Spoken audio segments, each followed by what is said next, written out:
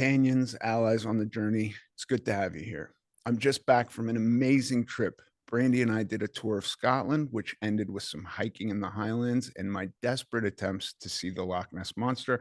Sadly, I didn't see it, but every local I spoke to swore it was real. Trips like that used to scare me to death. If I'd had any success on a diet, stepping out of my schedule meant immediate setbacks or failure in my mind. And I often couldn't get into the spirit of the trip because of it.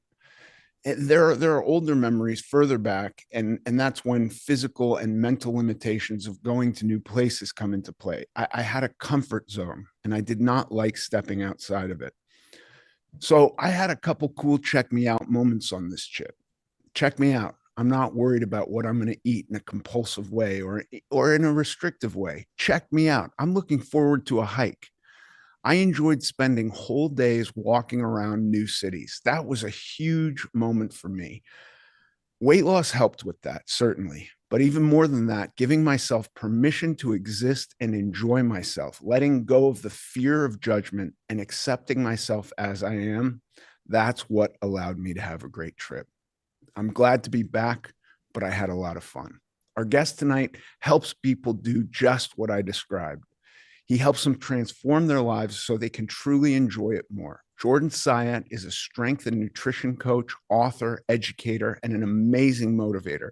He's been in the fitness industry since he was 14 years old, working at the gym as an intern, but a history of disordered eating led him to want to help others. And I absolutely love his approach.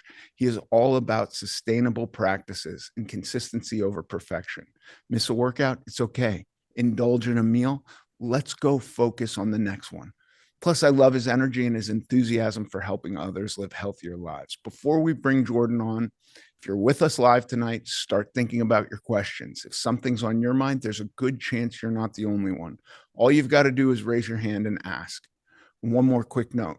If you're enjoying the show, subscribe on YouTube, spread the word, and follow us on Instagram. That's where a lot of the conversation continues. And if you want to actually be a part of it, to share your story or ask questions, you can register at twoway.tv/Ethan for backstage access and after show chats. All right, let's get to our guest. Jordan, how are you? Man, I'm incredibly blessed to be here. Thank you for having me on. And like I said, I've admired you for a long time. So thank you for having me. And also just huge congrats on the check me out moments that you had while you were traveling. Those are extraordinary wins. So huge congrats. Thank you. Yeah, it's a strange thing because sometimes I don't think about that and I just am moving through life and not examining it. And then there's times where I can sit back and go like, this was not possible a few years Mm, ago, and hmm. it wasn't possible when I was dieting, and it was not possible before I was dieting for other reasons. Yeah. Yeah. It's when I really struggled with disordered eating as a result of wrestling. I started wrestling when I was like 8 years old. And there was a time I remember in high school, a girl that I had a huge crush on, she wanted to go get ice cream, and I was like, yeah, let's go do it. And in my mind, I was like, yeah, I'm gonna be able to have the ice cream with you. And when we sat down, she ordered her ice cream. I remember it. She had a black raspberry ice cream cone. And then the waitress looked at me and I was like, oh no, I'm good. I'm not really hungry. And I vividly remember this. And the girl, I could tell she was not happy because I wasn't getting, like, she was getting ice cream alone. But I remember being embarrassed and then also just worried in my head, being like, am I ever going to be able to just enjoy an ice cream cone without like fear or guilt or shame or any of that? And now I get to have ice cream with my girls all the time, and my wife. And it's just like, it's almost like a non thing anymore, which is incredible because it used to be the biggest thing. Yeah. Yeah. My version of that was I would be compulsively eating ice cream and not stopping at one and having to just go through and wanting to be alone and doing it in private, Mm, to a version of what you're talking about for many years of like, no, that's off limits. And I think if I have one, I'm going to slide back into that old version of me. And I found myself, we had an ice cream. We ate a piece of cheese in Scotland, and it was like the best piece of cheese. So we figured there's got to be good dairy in Scotland. And we went and found this ice cream that was incredible. And we had an ice cream and it was incredible. And nothing bad happened, and I mm. wasn't freaking out about it. It was really nice. That's amazing. Congratulations, brother. That's a huge, huge, huge win. Does Does disordered eating, do you think that still plays a part in a lot of people's lives as young kids? You're talking about wrestling. I know I used to love wrestling movies. And to be completely honest with you, I was the kid envious of that version of disordered eating, wishing I Mm, could take that on, which I also think is unhealthy, you know. But is this still a big problem? it's massive. It's massive. It's arguably worse than it's ever been with social media and then with never mind social media, but then we add on to it like filters and we add on to it various drugs and we add like the expectations that people have of what they're quote unquote supposed to look like has made disordered eating just a massive problem. It's actually one of the leading causes of death in terms of like psychological issues. Like one of the leading causes of death among psychological issues is disordered eating and especially anorexia, bulimia. So it's a big problem. Yeah. Yeah. That's the strange thing. Obesity will kill you, but it takes a long Mm-hmm. time. And that disordered eating, that can kill you really quickly. Yes, absolutely. And there's even like there's the death in terms of the finality of actual death, but then there's like what kind of life are you living when you're really in the throes of severe disordered eating, whether it's unable to stop eating and severely overweight, or the other where it's like I literally can't eat for fear of gaining weight. It's a difficult life either way. Yeah. What got you out of it? How did you break through? I consider myself very blessed and very fortunate. So I started wrestling when I was 8. I was cutting a huge amount of weight for wrestling by the time I got to high school. When I was cutting a lot of weight and I was have severe anorexia, I had bouts of bulimia. Um, I didn't think there was anything wrong with it because I was surrounded by wrestlers and that's what we were all doing. I only noticed it was really a problem when I got out of high school and then I stopped wrestling and I was around just regular people and I was like, oh, this isn't normal. Right. And I started to eat in private, sort of how you mentioned. A lot of times disordered eating happens in private, or like when you do eat it, it happens in private. Um, and then I remember when I was in college, I like wouldn't go out to eat with my friends. I wouldn't like getting ice cream. Like I wouldn't do that. I wouldn't even like I would go to the dining hall and I would bring Tupperware and I would put the food in the Tupperware and then bring it back to my dorm and eat in private because I didn't want to eat in front of anybody else. And After my freshman year of college, I was going into my sophomore year. And I remember I was at my mom's apartment. She was in a little town city called Chelsea, Massachusetts. And I was binge eating like crazy. It was awful. I would have massive binges at night and then I would fast and work out for hours the next day to try and quote unquote make up for it. And it would lead to another binge. And I just kept binging and binging and binging and binging. And dude, I was just exhausted. I was exhausted because every time I would binge, a lot of people use the term binge like, oh, I just ate a lot. That's not what a binge is. A binge is uncontrolled. You hate that you're doing it. I do not want to be doing this, but you just feel like I can't stop. I remember one time I had a massive binge and I went into my bathroom at like 2 in the morning after the binge and I was crying and I looked at myself in the mirror and I was like, that was the last time I'll ever binge. And I came up with a plan. So what I was doing is I was intermittent fasting, which there's nothing wrong with intermittent fasting inherently, but for people with disordered eating, it can exacerbate some real issues. And Yeah. so I realized that I was scared to eat breakfast because I thought if I eat breakfast, I'm going to get fat because that's what I'd been told. And I said, all right, tomorrow I'm going to wake up, no matter how full I am, no matter how disgusted I am with myself, I'm going to eat breakfast. And I actually, it's crazy. I have on my computer screen like a saved image of the meal that I had. To this day, I have that saved image. And I had a big breakfast and I got really full and that was it. That was the last time I binged, and Wow. that was over like 15 years ago now. I had been tracking calories meticulously. Another thing that I am a proponent of for a number of people, but for some people who are really in the throes of disordered eating, it's not always a good idea. So I stopped calorie counting, and I just had I'm going to have like 3 plates every day, 3 big meals. I'm going to get full. That's it, and I haven't binged since. That's amazing. Do you find like with your desire to help people, do you find that talking about it is beneficial to you as well as them? Yeah, I think specifically on this topic, it was more helpful for me when I was in the middle of it, or when I was Sure. just on the back end of it, when I had just recently overcome it. Now it's something that it almost seems like it was a different person, a different life. That the idea of being fearful of food is it's a non-issue for me. I have many problems, unfortunately, and fortunately, that's not one of them anymore.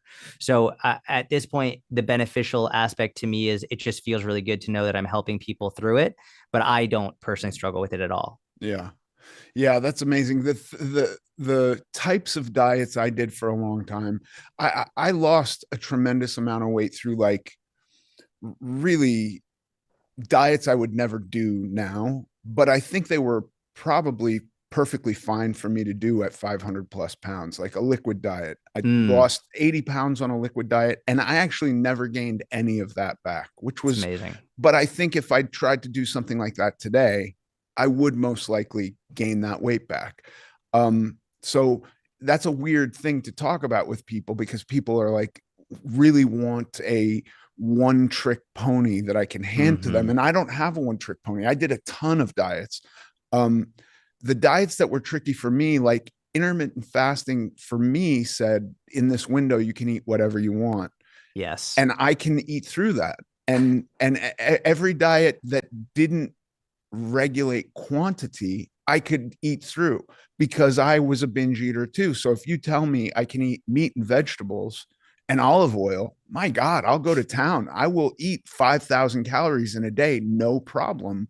So blood type diet just didn't work for me. It was like an interesting elimination diet, which might be super beneficial to somebody, but it for long term that was not going to get me there. So the way I lost 300 pounds was really clobbering together diet after diet, and then at the end, at the tail end, I finally started counting calories. But this was not something that I obsessed over for a long time. I just really had no idea what an appropriate amount of food was for my body. But even that, I agree with you. I don't think any of this is for everyone. Yeah, listen, everyone is different. And what I'll say, what works for one person won't work for someone else, but also what works for you now might not work for you at a different point in your life. And Right. the same reverse, like what doesn't work for you now might work for you later. There was a point in my life in which calorie counting was a really bad thing for me. And now I can do it and I don't worry about it. And realistically, what it came down to was it was my approach. When it was really bad for me, it needed to be perfect. If I didn't hit exactly this amount, if I didn't weigh every single thing to the point where I was weighing spinach leaves and like slivers of onion. And it's like, Right. are you high, dude? Like, what are you doing? But that's the approach that I took because it had to be perfect. And God forbid I'm 1 calorie over, I ruin my day. Now I can look at it more. The analogy I give is like when you're driving, you're not watching the speedometer every second you're driving. If you're watching the speedometer the whole time, you're going to crash. If you're trying to be perfectly on the speed limit, you have an idea of how fast you're going, and occasionally you'll look at it, but like you're in a range, and that's how I approach calorie counting. It's like you're within a range. It doesn't have to be perfect, but even just simply tracking your calories, even if you're not perfect or even necessarily trying to hit a certain number, just simply tracking will help keep you on a better track. It will help keep you in a more appropriate range because oftentimes so much of what we eat, we have no idea how many calories it has. We have no clue. I remember how depressed I was the first time I measured peanut butter. It was the worst day of my life when I realized like what an actual serving size of peanut butter looked like. So I think just simply being aware of that is enough to get people to be like, okay, maybe this one isn't worth it for me right now. Yeah. Yeah. It's so interesting. I had generally no idea about energy balance. This was just these were not terms that were ever, I was put on my first diet at 5. It was based on Oof. a gal named Adele Davis. That was the first diet guru that I was introduced to. But then I had Atkins at one point and whoever wrote the Beverly Hills diet and all of these diets. And I rebelled hardcore when I came back to dieting. It was just firmly affixed in my head that the problem was outside of me and the problem was food, and it had Mm. nothing to do with my behavior, my relationship with food. It was all kind of types of food. And if I could just find the magical combination, I would be cured, you know? And it was like carbohydrates for a while and lectins for a while and nightshades and name your thing when I would come across something that I hadn't tried and I would go like, it must be that because I haven't cured myself yet.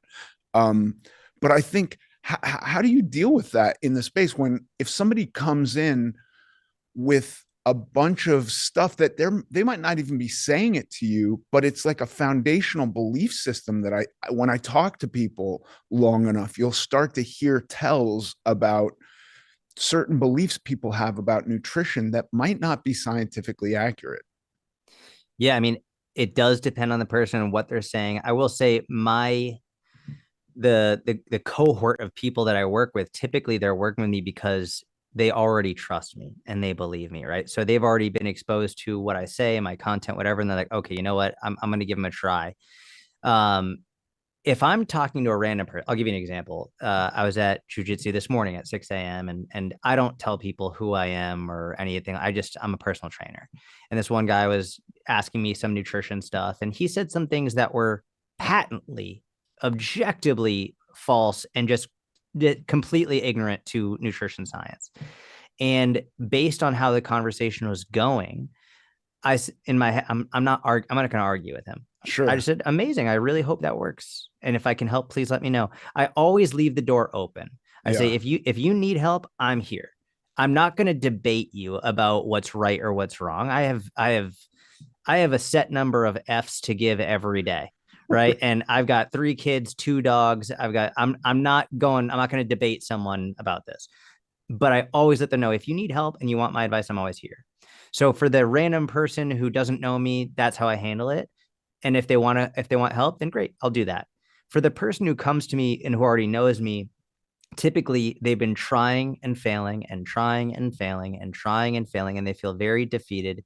And even if there's some resistance to this idea of calories or to this idea of portion control, or there must be some magical food, um, the discussion is very simply, let's try this. Let's just try it. I want you to try this and I usually say for 12 weeks. I'm like, you can't try this for 2 meals and then say, why haven't I lost weight? You can't try this for a week and say, why haven't I lost weight? I want you to try it for 12 weeks. And then not only are we going to try it, but we're also going to track your consistency, because that's really the biggest thing, right? It's someone's like, oh yeah, I tried this for a long time. It didn't work for me. It's like, okay, well, how consistent were you with that thing? And then, so I literally have them every day. If you hit your calories, you hit your protein, and you hit your fiber. Those are my 3 most important things. If you hit those, green check. If you didn't hit those, red X. At the end of 30 days, if you were at least 80% consistent, then that means you hit about 24, 25 of those green checks. If we look at your calendar at the end of 30 days, 60 days, 90 days, and you're not at least 80% consistent, then you didn't actually give it a shot. And so, but even the nice thing is, even if someone's like 60 or 70% consistent, they're going to make progress. And Yeah. often that's enough to get them to buy in. I think the other thing is, oftentimes early on when I'm working with someone, they'll be like, why have I only lost 4 pounds in the first month? That word only pisses me off to no end. I'm like, what do you mean you only lost 4 pounds in 1 month? They're like, well, Cheryl at the office lost 16 pounds on keto. I'm like, well, I don't care what Cheryl lost. That's irrelevant to you, number one. Number two is she going to be able to keep it off? And is she also enjoying it? Is she exhausted? It, like all of these other things. And I think in the same way that my approach to calorie counting is what the issue was, I think people's approach to weight loss and health is often disordered or skewed, and people don't realize that losing about half a pound to a pound a week on average is really, really good. So if you shift their perspective and just say like, hey, my goal isn't to get you to lose weight as quickly as possible. My goal is to get you to lose weight as sustainably and as enjoyably as possible, then it's much harder for you to fail. Yeah. I think slowing it down and again, I think there's context here too. At 500 pounds, I think going quick in the beginning is different than, but like the last 30 pounds that I lost was certainly, to my mind, the hardest pounds, like the took the longest, was the most I struggled with. I wound up feeling the crummiest. When I weighed 500 pounds, losing 80 pounds wasn't that hard. You know, it really wasn't. And then to be honest with you, like from 3 to 400 pounds, I could take that off really easily, but it would come back really quickly too. Like Mm, that 100 pounds was the killer for me. Um, but the funny thing I found was when I switched over to eating the way you're describing it, I was not hungry. I mm. really wasn't. I would find myself after a couple of months thinking about food more, having weird food dreams, but I wasn't walking around physically hungry. When I would eat my meal, I would feel satisfied, but I thought about it. And that's when I started taking diet breaks. And that was super helpful to me too, of going like, okay, now I'm going to work on maintaining my weight for a while and then go back into some kind of a deficit. But yeah, eating the way you're describing it and taking it slowly, life is not as hard as we make it when we do Mm-hmm. these crazy diets where it's like, okay, the next 30 or 60 days are going to be the worst. I'm going to be lightheaded every time I stand up. I'm going to be cold all the time, which for a fat person might sound fun. It's not. You know, you're sitting in a warm room and you're shivering. It's not fun. And I don't even know what physiologically is happening. There's nothing in the system fueling the fire to make us warm. Um, but I want to circle back really quick. You said something, you said it very nonchalantly, and it's actually brilliant. And this is something that I want more people to understand. You said then you got to a point where you could have maintenance breaks and you would sort of go back and forth. Anybody can lose weight. I think most people watching have had the experience of losing weight. The question is, can they keep it off? And one of the biggest struggles I find with people is they look at a dieting phase or fat loss phase as one thing and maintenance is something entirely different. And the reality is that maintenance is a skill.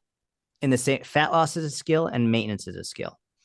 And if you never practice maintenance, then how in the world are you supposed to get good at that skill? And yeah, this is something that I very much encourage people to do often before they think they should. I say, let's take a maintenance break. And I've actually renamed maintenance because people hear maintenance and they think that they're not making any progress. So with right. my clients, I call it momentum. We're actually building momentum. And so I will say, hey, we're going to take 2 weeks, 4 weeks. We're going to mildly increase your calories, go into momentum phase, because eventually you're going to reach your weight loss goal and you're going to have to go into a maintenance phase. And I want you to get used to not being scared of increasing your calories. I want you to know that you're not going to all of a sudden gain all your weight back. And I want you to fully understand how to do this. I haven't met a single person who's ever gone into maintenance or momentum, whatever you want to call it, the first time and been successful the first time. Yeah. It takes time. In the same way, fat loss takes time to learn the skill. So the fact that you would go back and forth is really, really important and something that many people overlook because what they say is, well, I'm not at my goal yet, so why would I increase my calories? It's like, yeah, but when you do get to your goal, you probably want the best chance of maintaining it. And so having these time periods where we deliberately go into this just a short term, 2 to 4 weeks, let's just, and oftentimes I'll put it around, I try and do it before they start to get really hungry, before they start to get really tired, before they start to feel the effects of a deficit. Because once that hits, then you're like, I'm going to start eating way more. Yeah, it's I want, tough.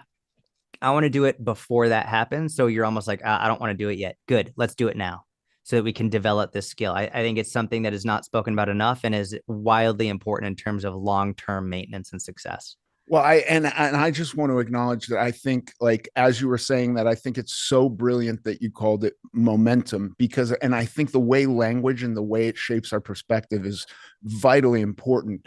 When I would do maintenance, I would have to talk myself through the fact that it was something positive Mm-hmm. every single day. I When the scale didn't move, I would be disappointed and I'd have to have a conversation with myself. But I think just framing it positively, that Mm-hmm. this is actually what you need to do to have the long-term success you want, is a much better way to do it. Okay, we have a question from the audience. Steve said, what is your protein guideline? He dropped to 20% from 25% and he's hungrier. Yeah, so I have a relatively unpopular opinion around protein. And I'll preface this by saying I'm not a bodybuilder, obviously. I'm the way that I train, and I like to consider myself more of an athlete, and my clients, any like men and women from 20 years old all the way up to 90 years old, right? Like it's people, when I say athlete, you don't have to be a competitive athlete. I just want you to move like an athlete. I want you to feel good. I want you to be strong and mobile and have good cardio and not just bodybuilder. So that's my preface here. With that in mind, I think the bodybuilding world has swayed the general population too much into thinking that you need an outrageous amount of protein.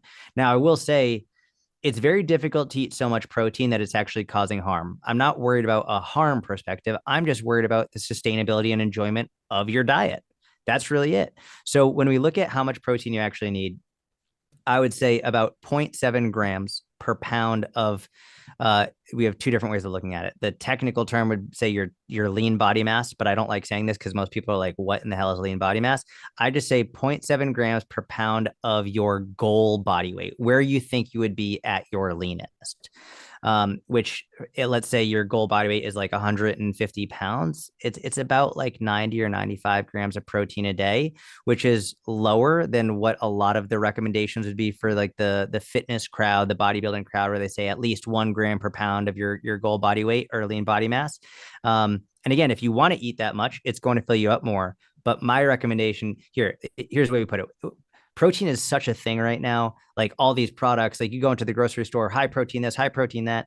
Protein About water at Costco. dude, it's insane. And if we look at the standard American, about 50% of Americans don't eat enough protein, which is a problem. 50%. Over 90% of Americans don't eat enough fiber.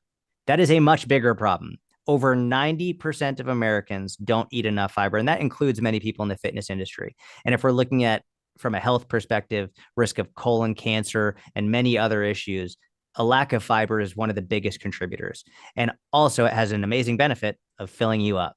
So I would say typically the recommendation for fiber is about 14 grams of fiber per every 1,000 calories. So if you're having 2,000 calories a day, it would be about 28 grams of fiber per day. And I personally, I go much more than that. So I would say about 0.7 grams of protein per pound of goal weight and about 14 grams of fiber per 1,000 calories, and increase your fiber. And if you need to increase your protein from that, great, that's fine. Protein will fill you up more, but also I've found sometimes hunger is not like a physical hunger. Sometimes it's a mental and emotional hunger.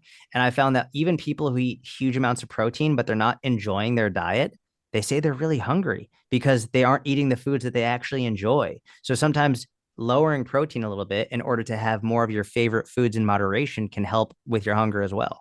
Yeah. I suffer from, like, keto was so easy for me because I'm not a sweet person really so much. I want Same. fat. I can eat ribeyes until I'm blue in the face, and you give me lobster tails with clarified butter, Oh and I will man. just go to town. And I can eat thousands and thousands of calories of that. Um, I like to eat a lot of protein, but like when I look at what I want, I'm not actually trying to build muscle. I do not need any more muscle. All I Mm-hmm. want now, if I'm dieting, is to retain the muscle mass I have. And Mm-hmm. I get a much bigger benefit lifting weights than I do from being hyper vigilant about protein. So Yes. I know that I'm not under eating protein. So I actually don't really worry about my protein. I have whey protein in the morning almost every day. Yeah. I eat some lean protein at just about every meal, but I'm not weighing my chicken breasts. You know Yes. what I mean? Yes. And I am doing basically what you're saying is like, I I don't want to get off on the pleasure of my meals, but I want to enjoy them. I want to, I don't want to be eating stuff that I don't like the taste of. Yeah. Listen, I think this is also a really important topic. Not every meal needs to taste like you're at the Cheesecake Factory. Like I just had a client recently saying, like, what do if I do if I don't like fruit? And I was like, I'm gonna say something you're not gonna like to hear. Like sometimes you have to eat things that aren't your favorite food, and that's Sure. okay. Right. And like I like grabbed a piece of paper and I put paper in my mouth. I don't like it, but like sometimes I can force myself to eat it. You know what I mean? So like it's not everything has to be the most delicious thing you've ever had. And at the same time, you should still be able to have foods that are really delicious without guilt or shame or fear or anxiety. And I found that when you can do that in moderation, often hunger is less, is not as serious. I think so. Hunger is a really interesting topic, and we still don't fully understand all the reasons why someone might have hunger. It's not just purely physiological. A lot of it is psychological and emotional as well, environmental. But I found that if you're constantly restricting yourself from certain foods and you're never letting yourself have them, or in reverse, you're having so much of one food that you can't fit those foods into your diet, you're going to be hungry for those foods until you give yourself the room to have them. Yeah, I also think the way we're brought up and what we're accustomed to plays a factor in this. And we can, if you know, I was raised in Los Angeles and discovered Middle Eastern food Oh, dude. while I was dieting. And for me, that is the number one. You get some salad, you get a cabbage salad, you get some hummus, you get some shawarma. That's a perfect meal. And I can eat that whether I'm dieting or not dieting. And in California, Southern California, I think we have the best Middle Eastern food. I move out to New York and I'm going around going, the Middle Eastern, the Lebanese food here is terrible. It's garbage. And I realized one day, no, maybe they just are using slightly different spices. And if I was raised in New York, I would think this was the best. And I'd go out to California and think theirs was garbage. So to your point, like, yeah, I personally, I am focused on my fiber. I don't like vegetables. I don't, I like cabbage salad with mint and a little Oh, olive oil. I so love it. good. But like, if I'm dieting, I might ask them just to put lemon and no olive oil on it. And then I don't Mm, like it as much, but I can get used to that after a while. I can eat that and it's not my favorite, but then I wind up going like, okay, this is what I'm eating and I like it. We're going to shoot to Allie because Allie has a question. yes. I'm going to read one from our audience, which is Damien asked, I use food as a way to claim silence. As a full-time dad, if I'm eating, people won't ask anything of me. I don't eat often, but usually a lot of calories in a short time. Any advice on how to claim my silence without food? As two dads, I thought this would work for you. Yeah, I mean, I'm gonna give the story that's probably gonna get me in trouble because my wife is sitting here, but my silent time is on the toilet until my feet fall asleep, if I'm just being totally honest with you.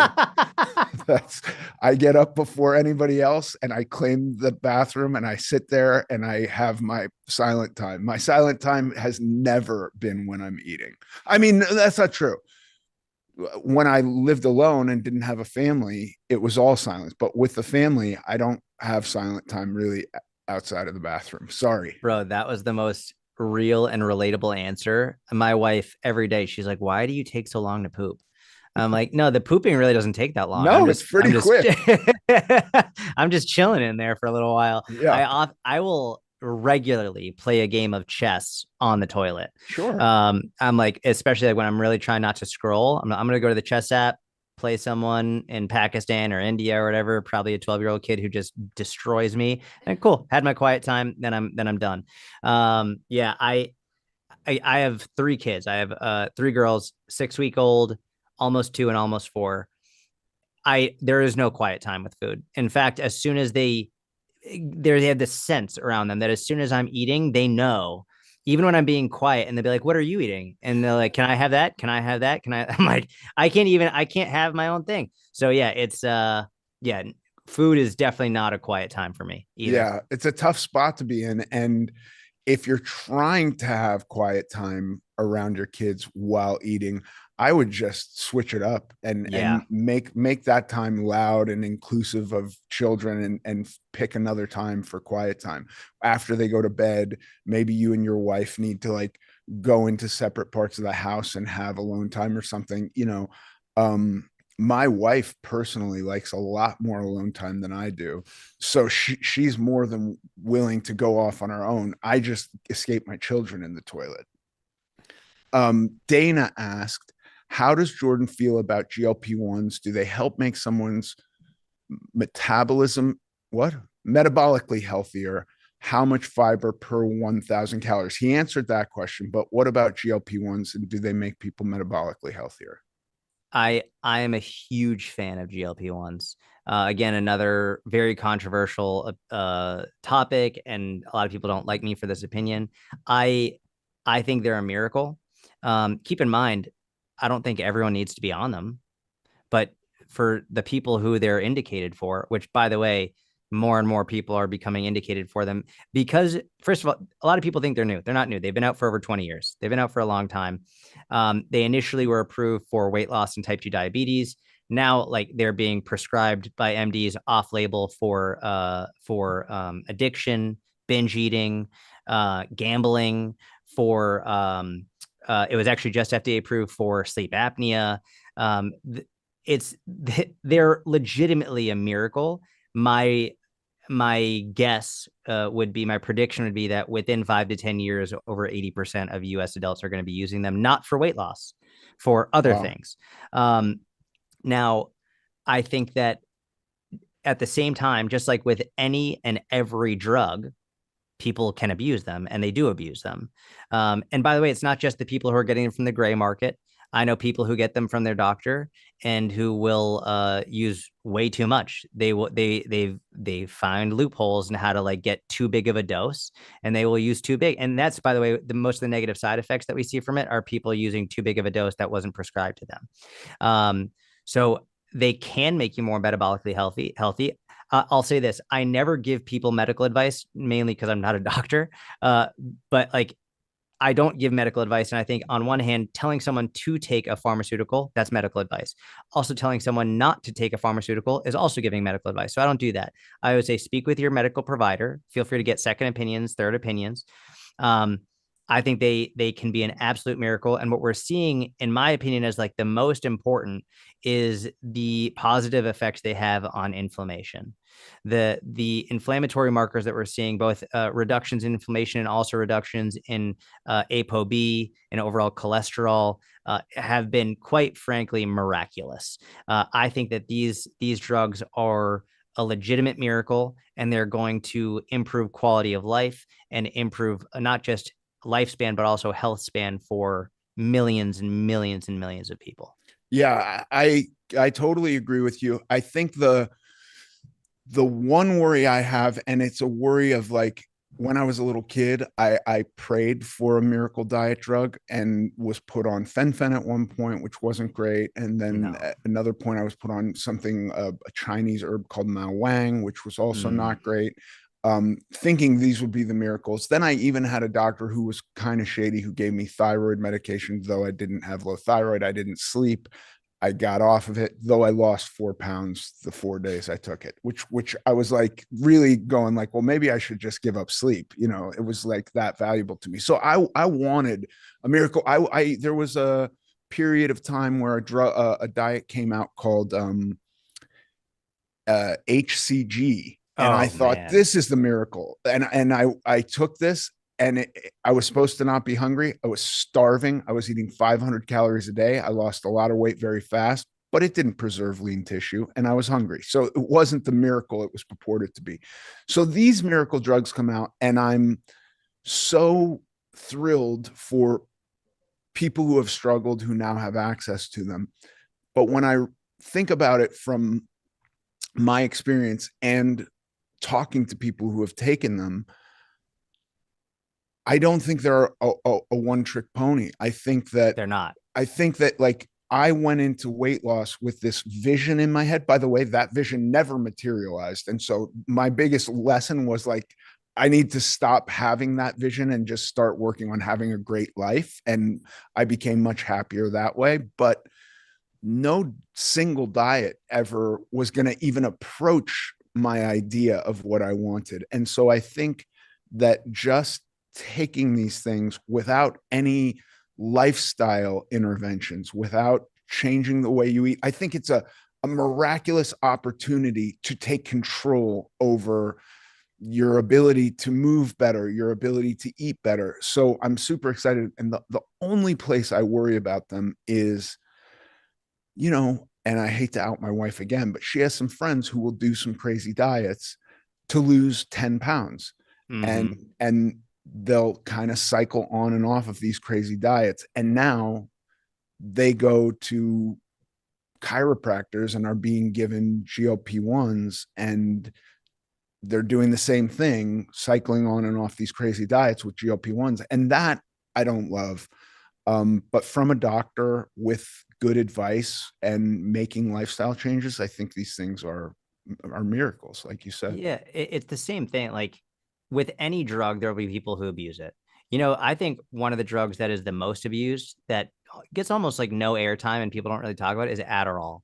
Like Adderall, people absolutely abuse that, like methamphetamine, which is realistically what it is, insane amounts, whether it's kids in school or whether it's people who are business entrepreneurs and there's like, I got to grind all the time. And what I found is it's very interesting to me that very few people like call that out and say, that's bad. You shouldn't be doing that. They're almost like, yeah, good for you. You're grinding. Whereas Right. like all of a sudden someone who struggled with their weight is I'm going to try a GLP-1. They're like, you're a cheater. I'm like, screw yourself. You Yeah. suck. Like, why shouldn't this person be able to take something that could benefit them? And again, there will be people who abuse it. There will be people who don't make the lifestyle changes that they should be making, and they'll pay the price for it. Because if you're not making the lifestyle changes, it's not just a one size fits all. Every problem is gone. You'll have new problems, and there'll be real issues with it. You have to take it responsibly and adjust your lifestyle as necessary. Yeah. Yeah. I completely agree. Okay. We have a question from Mike. Hi, Mike. Hi, how you doing? You guys hear me okay? Yes, Yes, sir. sir. Great. So I think a lot of people when they're starting their journey, they tend to look at the number on a scale as a measure of success. But what are your thoughts on alternate approaches like body composition? Because for me personally, one of the things that sort of changed my perspective on the number on the scale was actually measuring myself, right? I would have days where that number didn't change or that number went up, but I saw reductions elsewhere. So is body composition another effective way you think people should be thinking about things? What do you say, Jordan? Yeah, I'm 100%. The scale is just one tool. And the scale is very fickle. I mean, scale is really interesting. Sometimes you'll do everything right. You listen, you could literally not eat for a whole day and the scale will go up the next day for any number of reasons. The scale, the way I like to explain it is it's almost like it has its own language. And if you don't speak scale language, then and you're still trying to interpret what it's saying, it's going to piss you off and you're not really going to understand what's happening. I prefer using many different points of data to get the overall picture. So I think a scale is a great tool. I love measurements as an amazing tool. I like using pictures on a monthly. So I say personally, I like to weigh on a daily basis, measurements every 2 weeks, pictures every 4 weeks, and then using other markers as well. Like you have like a tester set of jeans or certain pants or shirts or belts as like that are just objectively, oh, this used to be really tight and now it feels much looser. So I think using as many data points as possible is the best bet. Some people push back on the weighing every day. And if you have a bad relationship with the scale, then you don't have to. What I will say is some people are like, oh, it's just a piece of plastic. Like you shouldn't worry about it. I'm like, yeah, it's just a piece of plastic. So why are you worrying about it? Like if you actually have a good relationship with it, then you understand it's a piece of plastic and it shouldn't dictate your mood. If that's dictating your mood, that says more about you than it does about the piece of plastic you're hating on. Some people are like, well, I only like to weigh once a week. I understand it, but if you're looking at stocks, are you gonna let's say you're like, hey, I'm gonna buy a company and the company says like, hey, we'll give you 4 data points of our company's financials over the year. It's like, okay, but I want way more than 4 data points. It's like you get way more information when you have more consistent data so you can see the ups and the downs.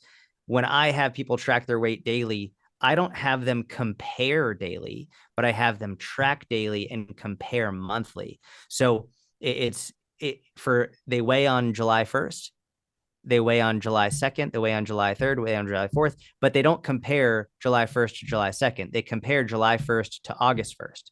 They compare August 1st to September 1st. They compare July 2nd to August 2nd, August 2nd to September 2nd.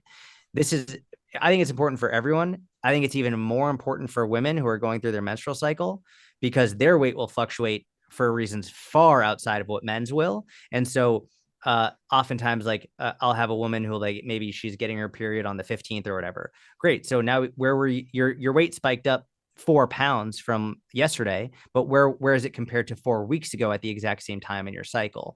So this is a much more accurate way to not just track your data, but to measure and compare your data objectively. Yeah, I think that's a good answer because you can.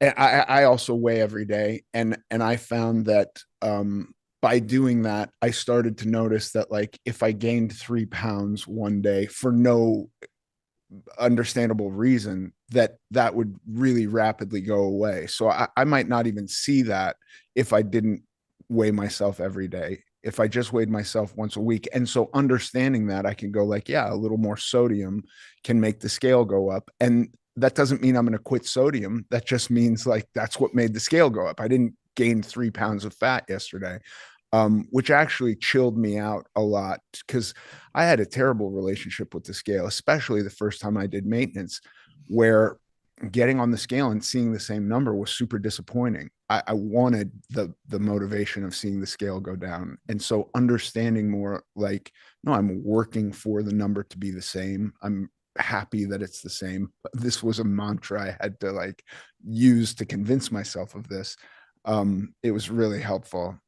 The other thing that I have an issue with like the weekly weigh-ins, and I know a company that did this, I don't know if they still do, was Weight Watchers, where they would do like a group weekly weigh-in. You'd go to your meeting and you'd weigh in, but people would starve themselves for like 48 to 72 hours before the weigh-in to try and manipulate what the scale said. And then as soon as they weighed in and maybe they got their quote unquote good number, then they'd binge and they would follow this cycle over and over and over again. And if you're trying to manipulate the scale, you're doing it wrong.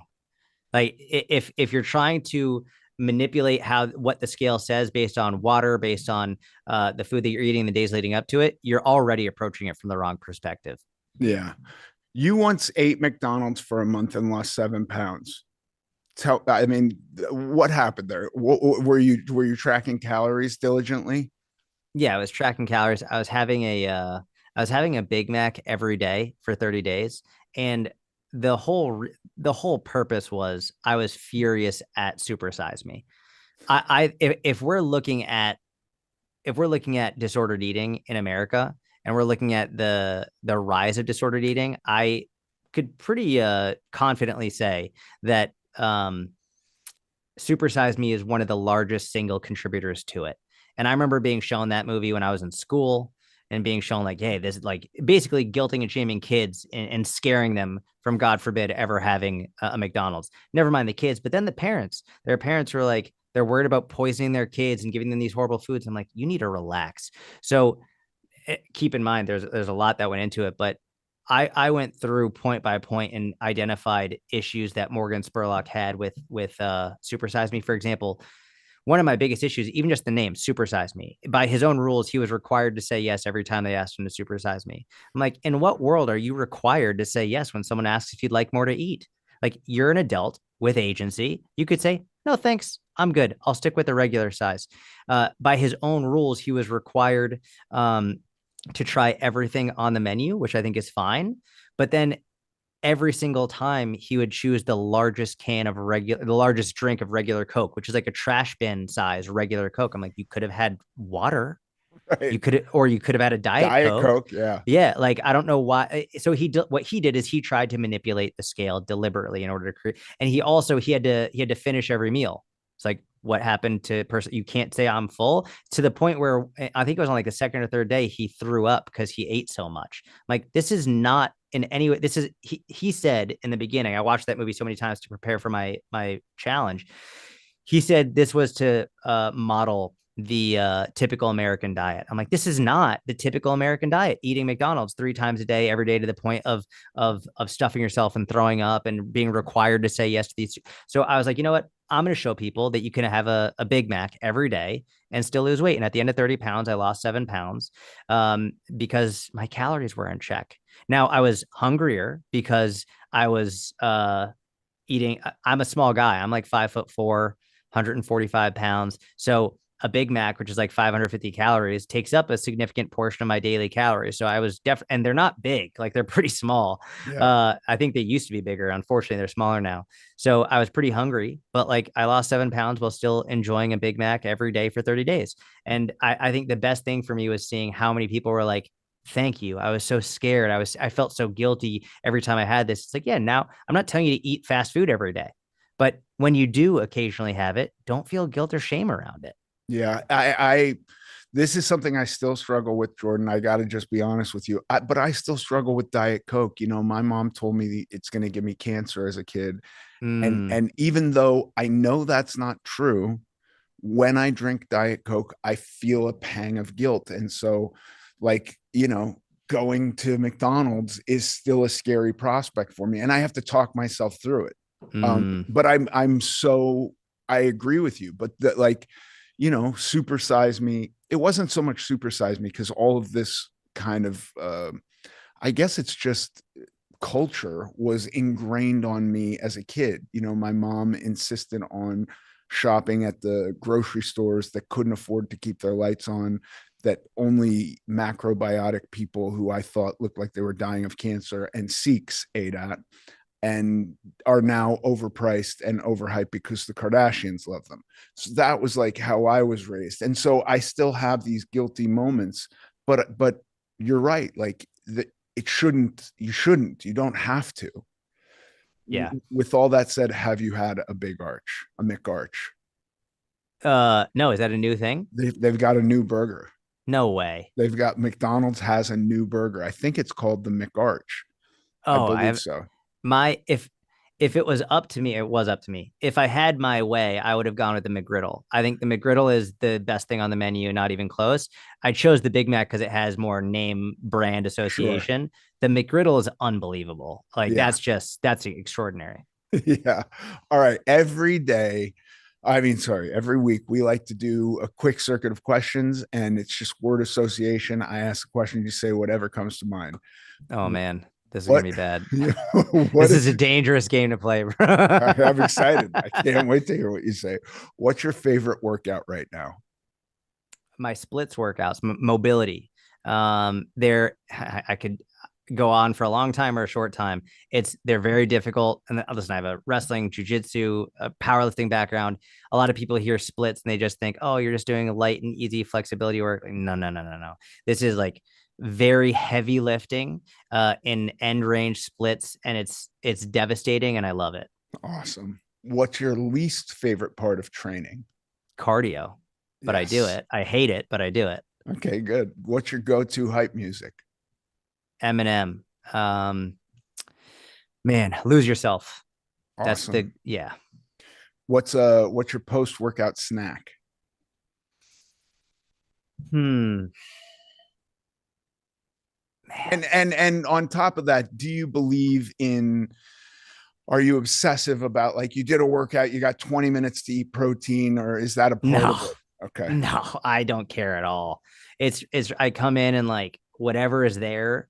I have protein shakes here, but I'm not like having them all the time. It's really like my kids really like making them.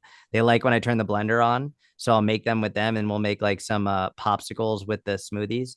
But like my post-workout is it's really whatever's in the fridge. Like often like vanilla Greek yogurt with berries. Awesome. What's a food hack that everyone should try? I don't know. Eat your favorite foods in moderation. That's a good one. Yes. What's the best advice you received on your journey? This is going to sound so pretentious. It's not advice that I received. This is advice that I give that I think is one of the best pieces of advice, which is there's no finish line to this. Like I think people really get into trouble when they're like, I have to lose weight in 30 days, 60 days, or this is a diet for this period of time. No, you're doing this for life. There's no end date. It ends when you die. So when you start looking at this as a lifelong process, as opposed to I need to do this by this date, that's when it can be something that really becomes part of your lifestyle. I love it. Yes. What's your biggest motivator? My kids. Great. Okay. The last question, if you could have any meal, calories don't count, They don't matter. They count. They don't matter. What's the meal? Fried chicken with pizza. I'm a savory guy. I'm not a sweet guy. So like fried chicken is my number one, and I'm a bad Jew. Pepperoni pizza is like I love those. And French fries. Like, yeah. Awesome. By the way, that sounds awesome. I would put the fries and the fried chicken on the pizza and eat it all together. Sounds great. Sounds incredible. A little ranch and some hot sauce. That sounds like Oh a my great gosh, dude. I'm hungry. I shouldn't be hungry, but now I'm hungry because of that. Yeah. Yeah. Jordan, thank you so much for joining us, and remind everyone where they can find you. Yep. I have my own podcast, the Jordan Syatt podcast, on Spotify, YouTube, Apple, all that. And other than that, man, thank you for having me on. I really appreciate it. Thank you so much for having me. You're awesome, dude. I'm a huge fan of yours, and I think you're doing it in the perfect way. You have some comedy, you're serious, you're honest. It's not the structures are not so rigid that the whole thing collapses. I am really a fan of what you're doing. So thank you for joining us. Likewise, man. Thank you so much. It's a pleasure. Hopefully I can get you on my podcast Yes, soon. And for sure. Good. Thank you, brother. All right. We'll be back next week with Taylor Newby, who has lost over 120 pounds. She is still on her weight loss journey. And just a reminder, you can email your question or story to Ethan Suplee show at twoway.tv. We'll see you back here next week, because health is lifelong. It's built, not born.